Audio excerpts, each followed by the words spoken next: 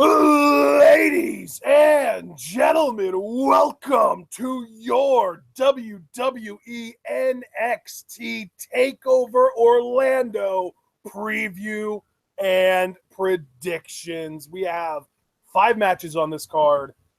A few of them were built pretty well, a few of them not so well. But John, we're gonna try and predict all 5 of them. So let me hear what you're thinking so far about this show.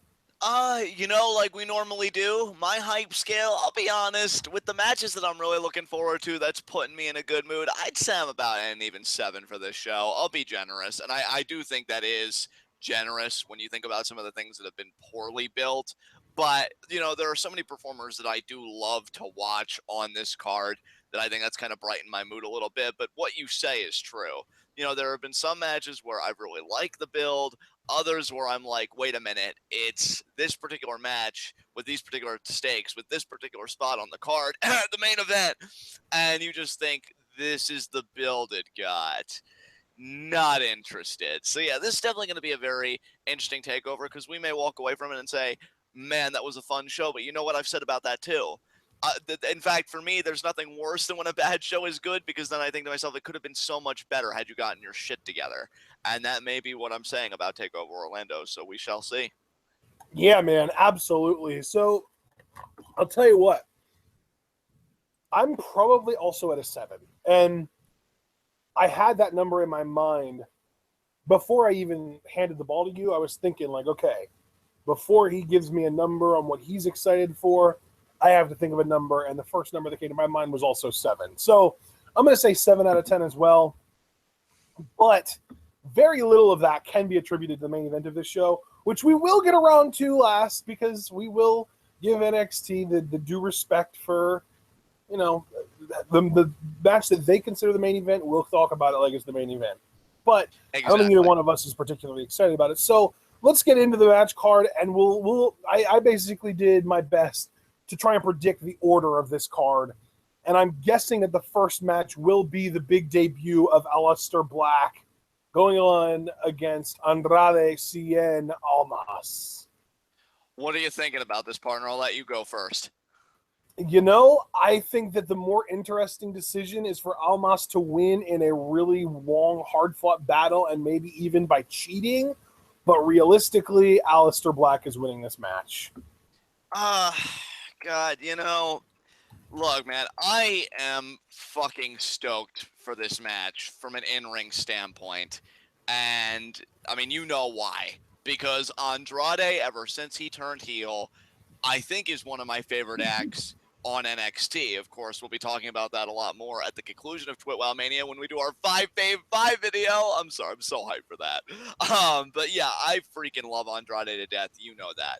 Now, Tommy End and what I've seen of him, no problems with him either. I'm always happy when somebody gets a chance at the big money, the big stage, WWE, especially if that's where they've always wanted to go. So good for him. Enough hemming and hawing. I think you're right, unfortunately, that Aleister Black will win. But, man, how interesting it would be if just one NXT act would lose their debut, especially because this is all the more painful because Andrade had a very competitive and excellent match against Oni Lorcan 2 weeks ago, and he won that match. And I was so stoked for him, thinking his stock was going to rise. But no, he's only built up to have an air of credibility so that Aleister Black looks like somebody when he comes in. And that's really disappointing. I mean, I still, like I said, I see a future NXT champion in Andrade. If they take that chance on him, ain't going to be on Saturday. Aleister Black for the win, hopefully after a good 10-minute match here. Well, I'm honestly kind of hoping they maybe even get more than 10 minutes, because I think that these are a couple of guys that could put on an amazing match. I think that, I mean, like, based on the order of matches that we're talking about, I think this match is going to open the show. And even despite being the first match on the show, I think this match can steal the show. Oh, dude, let me tell you, in ring, good luck to virtually everybody else, because it's, it's kind of funny, because I've actually seen quite a few people say that they think that Asuka versus Ember Moon is going to steal the show. Now, to me, when I think about NXT, if a women's match on a takeover is great, I'm not surprised anymore because every women's match on every takeover has been great since the second one, and we're like 14 or 15 in at this point. Right.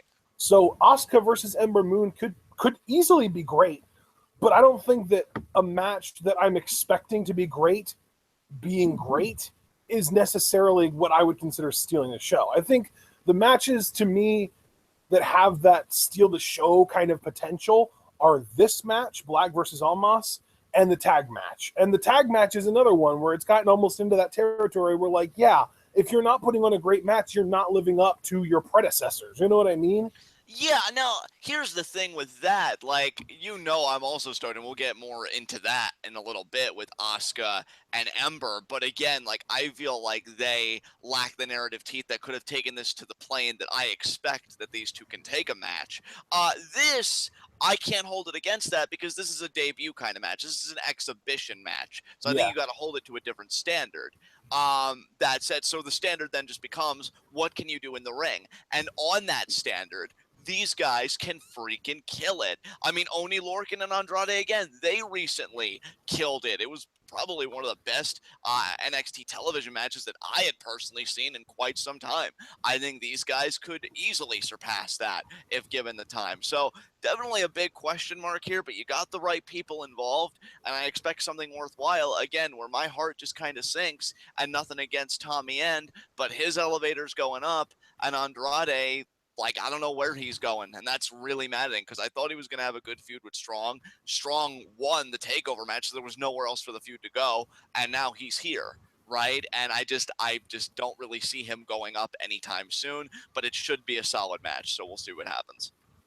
Yeah, I also just wanted to add, Tommy End as Aleister Black with all these vignettes that he's been getting, the more that I see of him in these vignettes, the more he reminds me of CM Punk.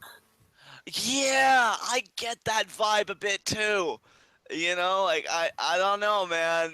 I'm really curious what they're gonna do with him promo wise and everything, and how quickly That's the thing. I feel like he's like CM Punk if CM Punk wasn't the best talker of the last 20 years. Yeah. Well, I don't know what the future holds, man, but I just hope these guys can have a barn burner of a match. And honestly, with the tone of these promos, and I think with what they want to get out of Aleister Black, I honestly give it, I'll be generous and I'll say 4 months until we start talking about Aleister Black in the NXT title picture. I don't think it's going to take him that long at all. It's funny you say that because I was even thinking, like, I feel like he's going to get called up a lot sooner than most early debuts get.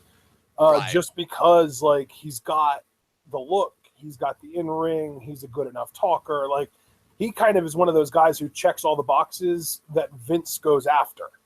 Right. So when you have a guy like that debuting in NXT, if he connects with the crowd as quickly as I think he will, I think his call-up is going to be a lot sooner than most people expect. He might even get called up in the draft in July, which is only 3.5 months away. Yeah, NXT superstars are available for the draft, and that's going to be another curious case this year. Like, who is going to get the call up? And I would not be honestly, dude. With that in mind, I wouldn't be surprised if both of these guys got drafted. Maybe Andrade to SmackDown and Aleister. See, and here I was hoping Andrade would show up on the post Monday or the post Mania SmackDown. Oh yeah, oh god, that would be wonderful. But I mean, you get my point nonetheless. I agree with you. And we'll see, man. Again, Aleister Black's kind of a wild card to me, but it all begins Saturday in Orlando, and I think it starts with using poor Andrade as a doormat. Oh, dear God, my heart. We should probably move on to another match before I cry. What's next? Well, there's only one other match on this show that doesn't have a championship involved in it, so let's talk about Sanity versus Dillinger, Jose Strong, and Ruby Riot. What are you thinking about this? Because I feel like actually you're more excited about this match than I am. So I am. I'm really excited for this match, and it's got nothing to do with Sanity. It's got to do with everyone on the opposing team because I love all 4 members of the opposing team. I love Dillinger. Everyone knows that. I love Roderick Strong, and I probably even overrate him relative to his actual ability, although I don't think I'm overrating him. Just a lot of other people probably do. So in the world of reality, I probably am to at least some degree. I love Jose. I mean, we've already talked about that dude has like the Rock levels of charisma and could be that type of player for the WWE. And I mean, I was the one praising Heidi Lovelace, aka Ruby Riot, on her debut this past week, probably a little bit more than necessary. So I feel like I have an affinity towards all 4 members of this team, and I'm just really excited to see them all working in unison to try and take down this like anarchists, evil faction guild thing that we call Sanity. Do you give the babyfaces the win here? Yes, because the odds are even. You have to. And first of all, that's an excellent point. And I wasn't even going to invoke that logic. I will say this: I agree with you. So we're 2 for 2 so far, no dissent. But believe me, I'm sure it's coming. I will say, like, and I say it every takeover: give Ty Dillinger a fucking win. And if they don't do it here, that's a disgrace. Let Ty pin Eric Young, for God's sakes. But let me just say, actually, my biggest point of interest in this match, and I'm not even mean this as like a put down to Dillinger, because I do think he has a bright future, and they need to get behind him now. God, between this and how I've been talking about Sami Zayn, it's eerie how fucking similar it is. So yeah, get behind Dillinger.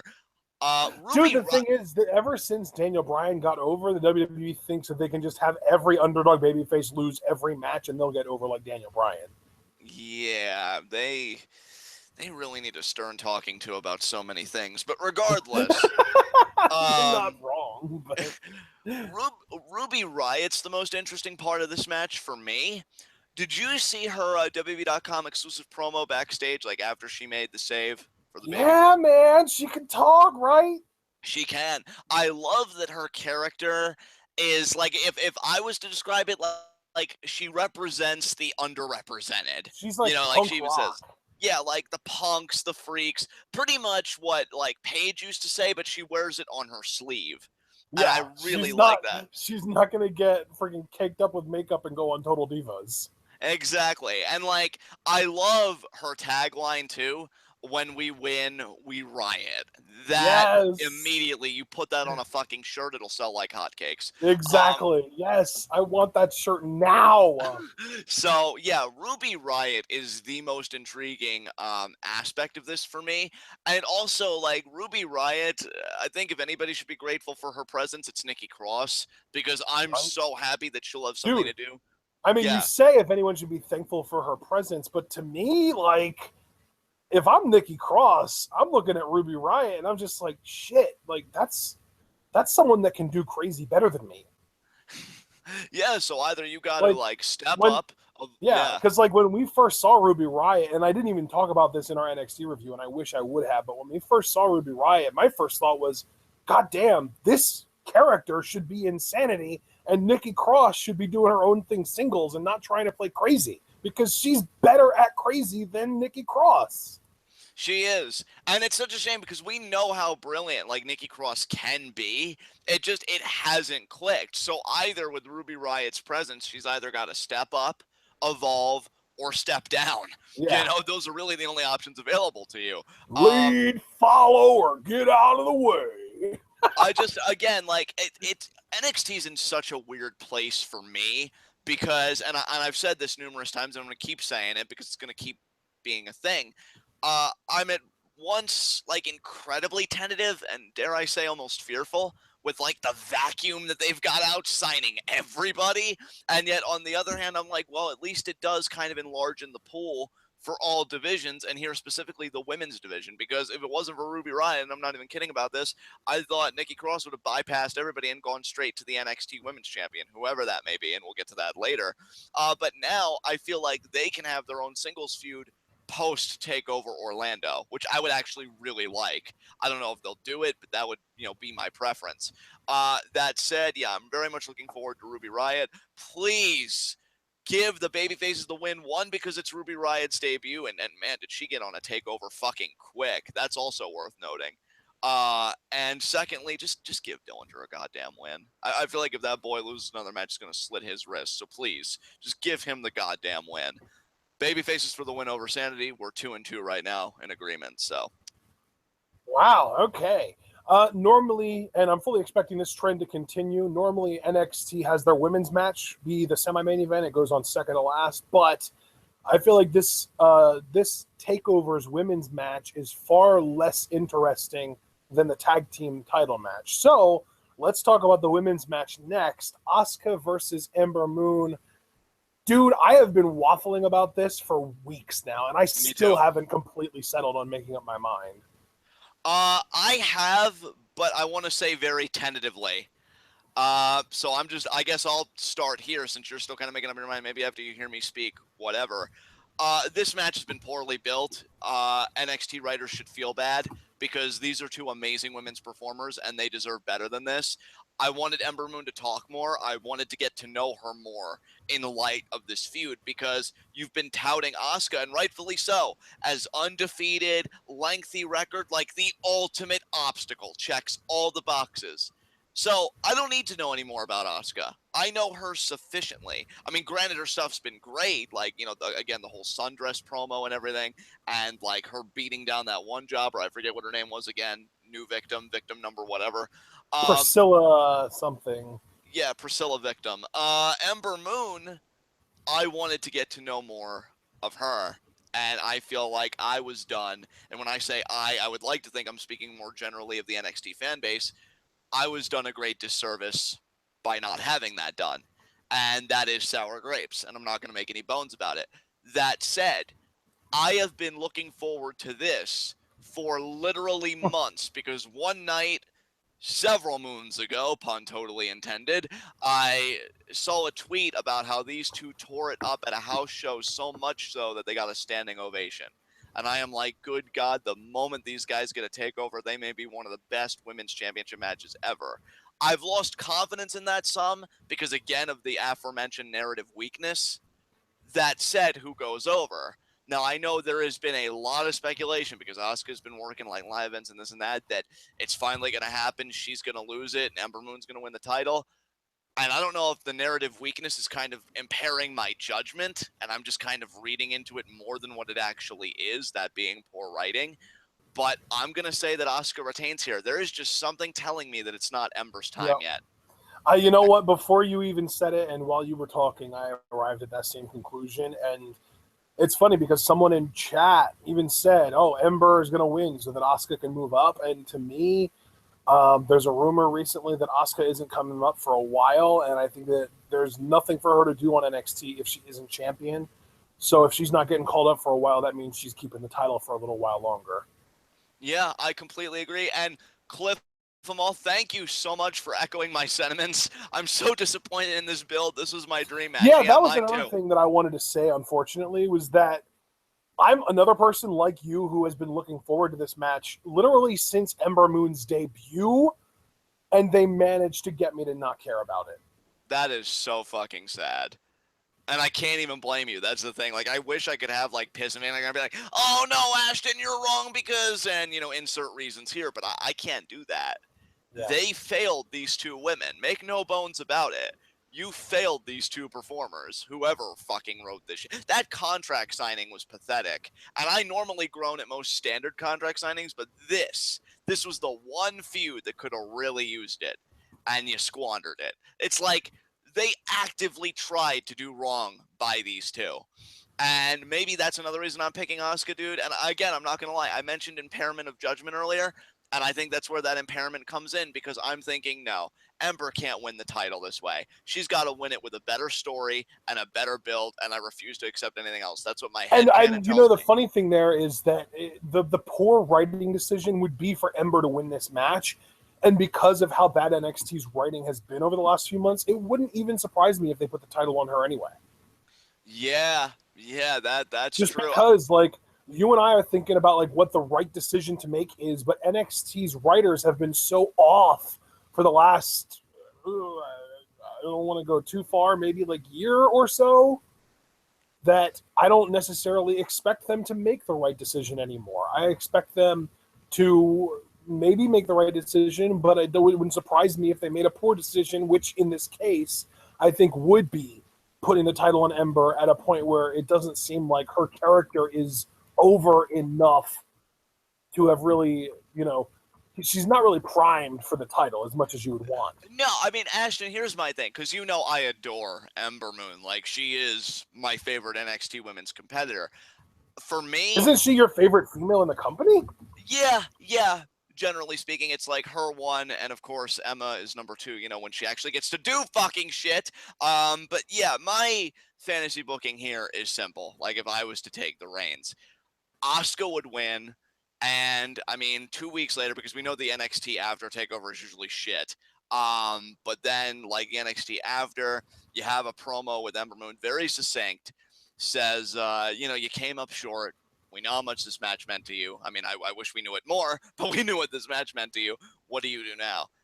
And Ember Moon just kind of looking really disappointed, maybe even kind of averting the gaze of the interviewer, and she just says, well, one thing I know for sure is I've got to get ready for Asuka. And then we chronicle her getting ready for Asuka, whether that's winning matches, getting to see her train, a really intimate look at Ember Moon, and we do the rematch at Brooklyn 3. And then Ember goes over.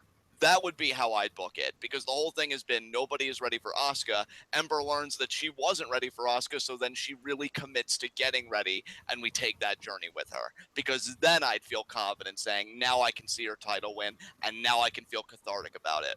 Like, there's nothing to feel here for me, even if Ember does win, and that's a travesty. That's the thing, is like, if Ember does win, I'll be happy for her, but I won't really be excited from a narrative standpoint.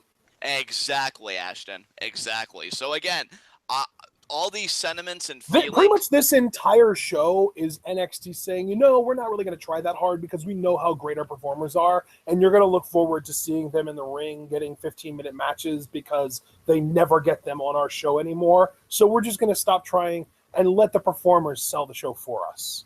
It's like all those people that used to say, and hell, I mean, I contributed to it too. I take culpability. But it's like all those people that said, like, oh, NXT can't have a bad takeover. Like, these shows just get it. Like, they use that and they built up like an armor of complacency. And they're like, oh, we can't be touched, so you'll just accept this too. And it's like, meh, that's really what the card should be. NXT Takeover. Meh. Because that's really how I'm feeling. But yeah, Asuka for the win, and again, I'll admit that maybe my judgment is slightly impaired given all my emotions and even a little bit of my anger towards what this match could have been, and I want them to do it right the next time around, and that can only really happen in my mind if Asuka retains here. So Asuka for the win. Yeah, I've got to go with Asuka as well. So, wow, I didn't expect that we would actually, one of us would even make that call, much less both of us in agreement. So let's move on to our next match. The Authors of Pain versus the Revival versus Team DIY, Johnny Gargano, Tommaso Ciampa, for the NXT Tag Team Championship. These 3 championship matches, I almost feel like they've been built so poorly that it actually makes it more difficult to predict who's going to win, because there's no narrative streamline that makes you like, oh, well, from a story perspective, it makes the most sense if this person won, or that team, or this woman, or whatever. It just does, like, there's just nothing. Like, they could just go either way, and I wouldn't be surprised, but I wouldn't be particularly ecstatic either. So I think the only result of this match that I can't really see happening, as much as I would love for it to happen, is the Revival winning, because I think they're getting called up within the next week. And see, here's where it gets interesting. The last NXT that we covered, the Go Home show, before that happened, I was actually prepared to come up here, and I saw Bullet Club versus The Shield saying in chat, and say, yeah, I think the Revival are going to be 3-time tag team champions. But I think they've been looking way too good lately, especially with Dash Wilder winning that triple threat. And I'm like, no, you're probably right. They're probably getting called up soon. So what that leaves is Authors of Pain retaining. Because in my mind, either Authors of Pain were going to retain, or Revival were going to win, because the X factor here for me was TM61. I said whoever wins this match, they're going to keep the belt until TM61 can reunite, and they're going to be the next champions, and you have a narrative story. And you know what? Based on that, I'm going to pick AOP to retain. Yeah, because you have a story either way with AOP, and you even said it.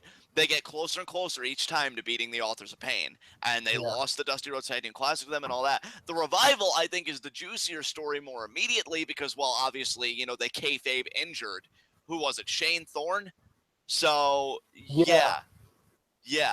And, took him out. So, I mean, perfect blood feud right there. But given that AOP is still relatively fresh in their run, and 2, we have been waiting for the Revival to get called up forever, and if it doesn't happen post-WrestleMania week, my suspension of disbelief would be utterly destroyed if that tag team was not called up at the draft. Because how could you overlook these motherfuckers? They overlooked them this past year. How could they not? That's true. That is true. But yeah, I mean, maybe from a kayfabe perspective, Brian and Shane thought that the American Alpha were the reason those matches were so great, because this was before DIY versus Revival happened multiple times and ended up getting even better than American Alpha versus Revival. So maybe they didn't see the common denominator because Revival hadn't faced any teams other than American Alpha.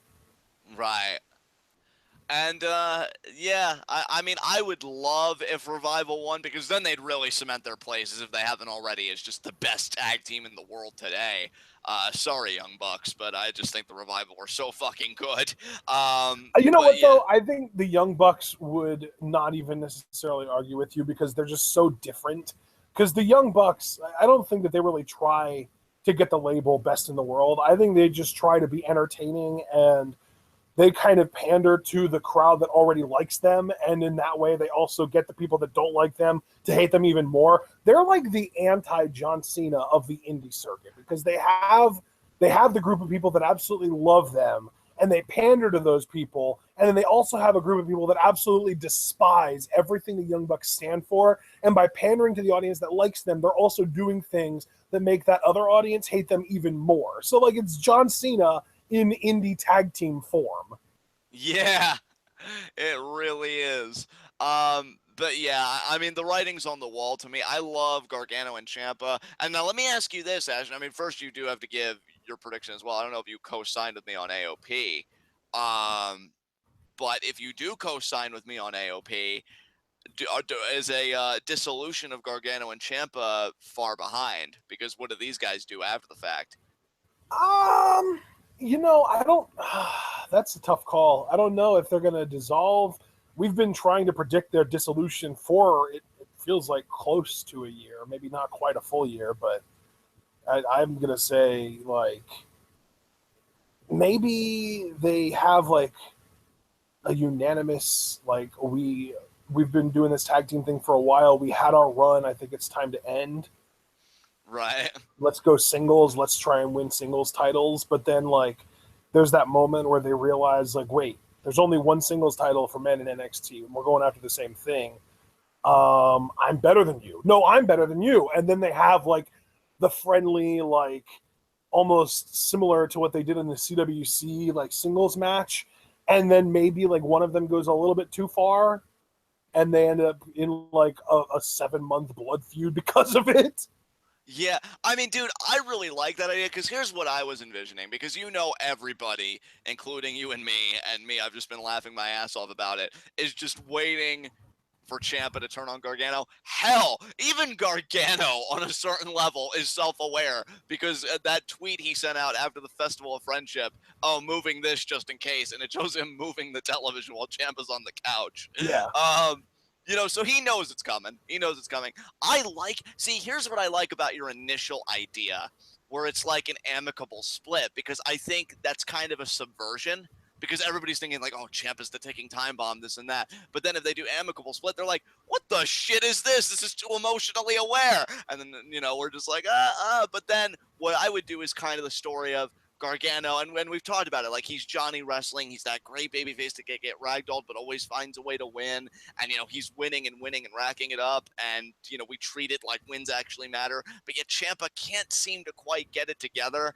And then Gargano's like competing for the NXT championship. We can say that Ciampa didn't even make the takeover card, but they have this like backstage segment where he's like, oh, Johnny, I'm happy for you. Go out there and kill it tonight. But he's just seething inside. Then Gargano actually wins the NXT title, and then Ciampa, kind of pulls a Kevin Owens and just beats the shit out of Gargano afterwards. And then we get our feud. Because it's just like, this wasn't supposed to happen. You went all the way up, I went all the way down, but I know I'm better than you. And then we do, like you said, that CWC style match and like a fucking blood feud for however many months they want.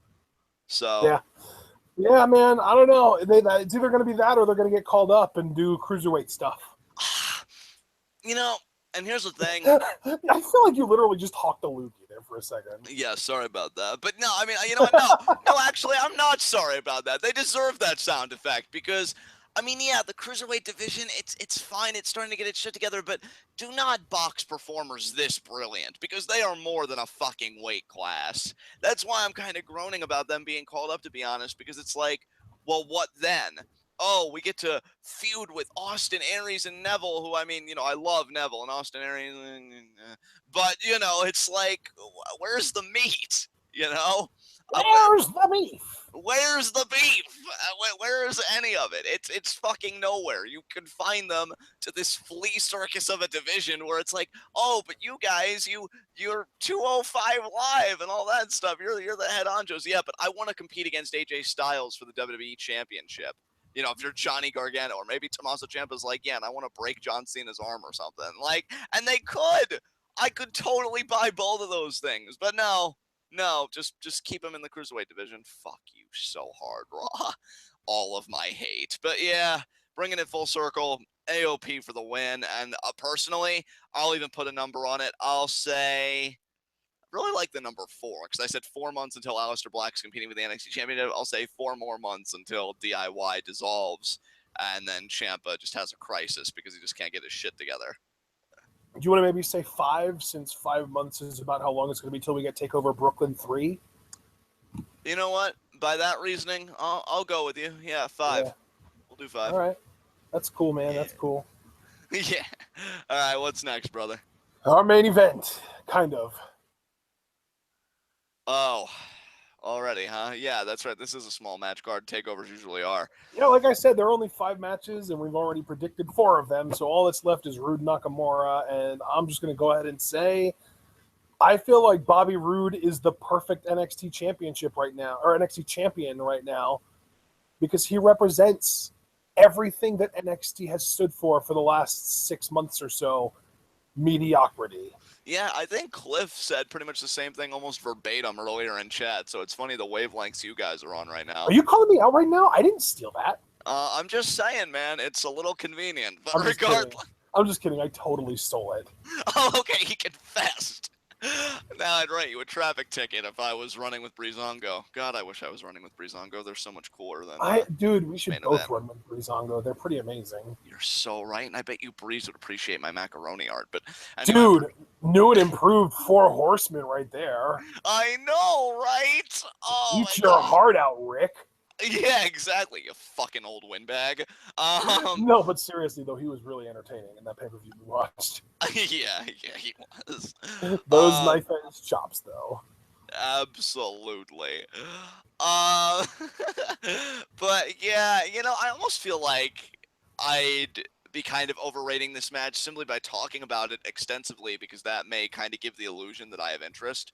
So I'm just going to be very succinct. Roode retains. I don't see Nakamura retain. And, dude, that guy has been publicly saying, like, I want WrestleMania. I want main roster. I think they're getting ready to call him up. Like, if he is not a part of post-WrestleMania week, you bet your fucking ass he is getting drafted. Which I think even then that's making him wait too long, but I digress. Like, it's a matter of time. He's not getting near that NXT championship anymore. I've said it once. I'll say it again. Ty Dillinger, in my heart of hearts, I believe is going to end Bobby Roode's reign, and I'm predicting at the moment Brooklyn 3, so 5 months. Maybe not. You're just pushing everything back 5 months. You know there's totally going to be a takeover in between Orlando and Brooklyn 3, right? Yeah, but Ty may lose that match, and then he gets his redemption at Brooklyn 3. Brooklyn 3. Losing his way to the top. Yeah, and you know, like, you know who would support me invoking 5? Biggie, another person I could run with. God, he's so wonderful. God, he really is. I miss him being on top, man. I still love, I don't know why that tweet sticks out to me, but that one concerned parent, you know, I don't want you scarring my child. Yeah, tell me what seat you're sitting. I'm going to look him in the eye while I do my thing. Oh my god. But yeah, getting back on topic, because all those things are more interesting than this match. Yeah, I think Roode, the best thing he can do as NXT champion, and I'm being dead serious, is the feud he's had that's kind of off right now with Ty Dillinger. I think that is the most worthwhile thing he has going for him, is that as NXT champion. So yeah, his relevance as champion lasts only as long as it takes I was going to say Tyler Breeze, Ty Dillinger to get to that championship. So I'm saying Brooklyn 3 right now. We'll see, but he's got to beat Nakamura to get there. So root for the win, and this main event can fuck off. You know what I could see happening, actually? What's that?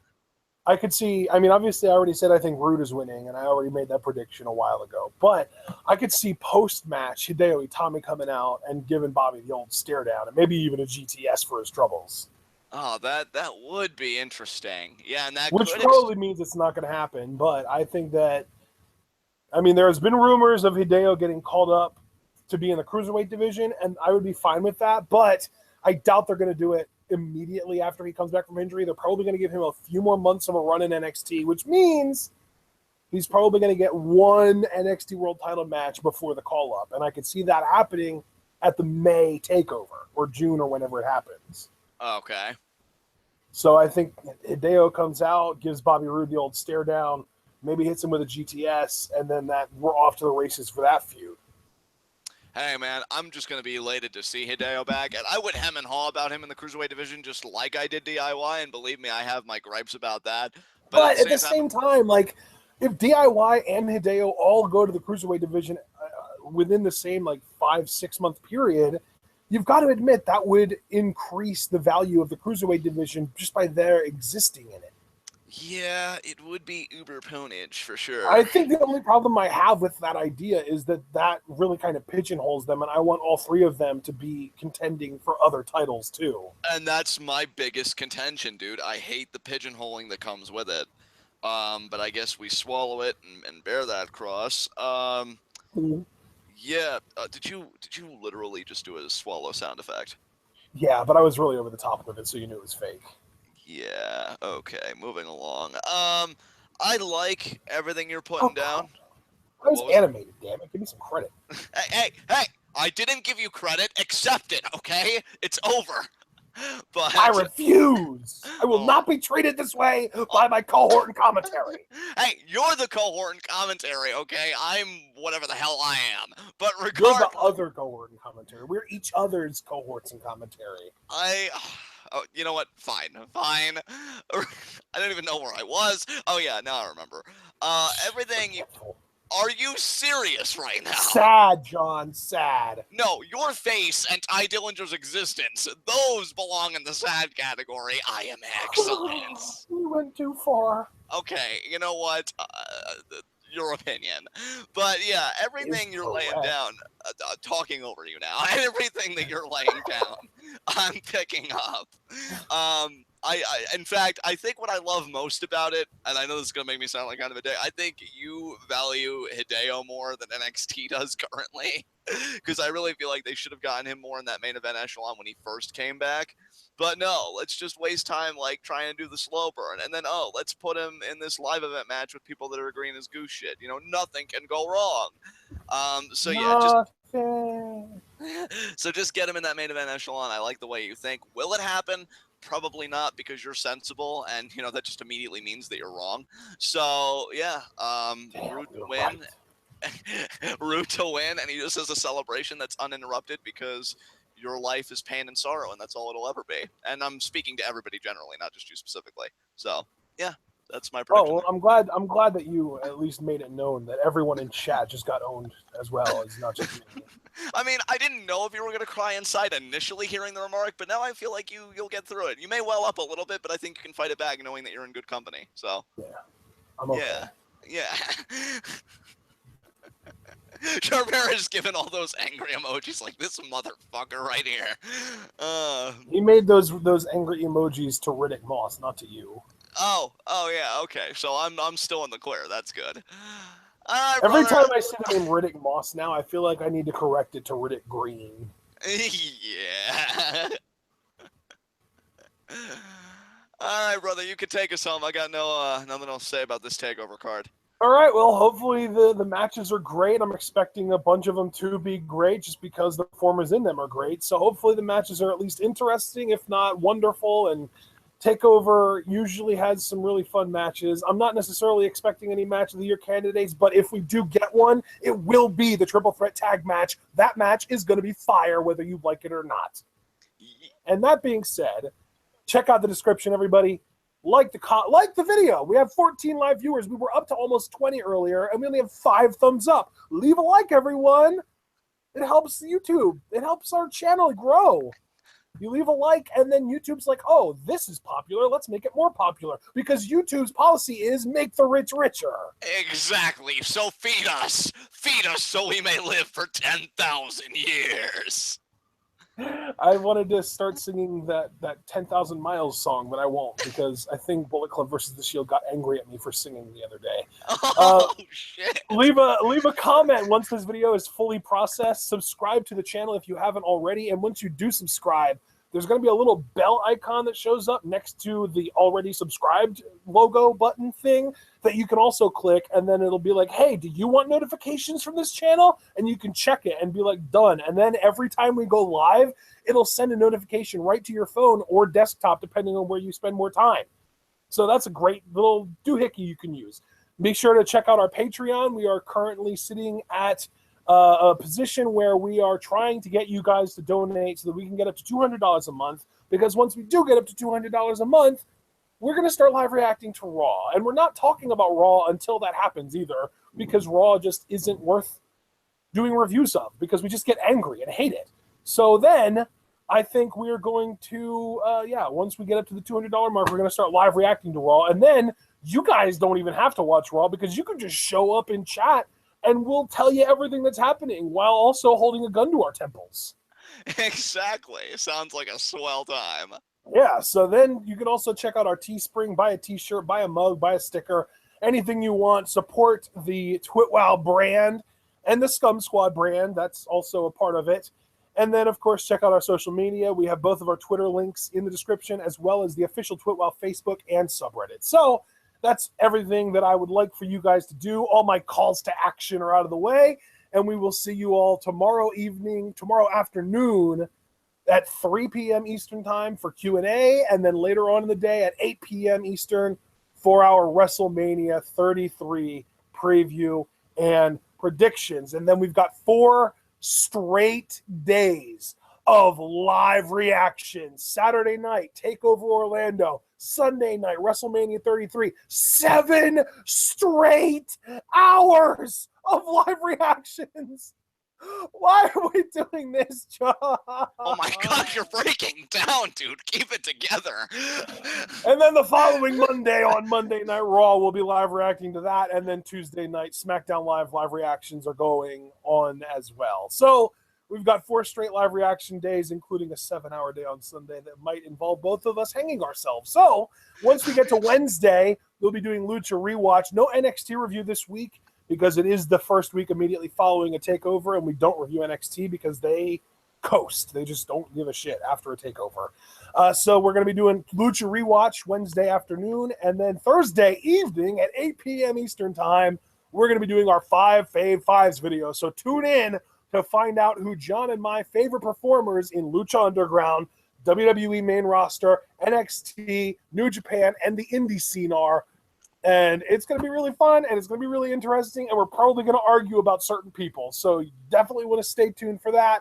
And just overall, in general, we make some great content. So everyone that's still here, just remember to stay tuned.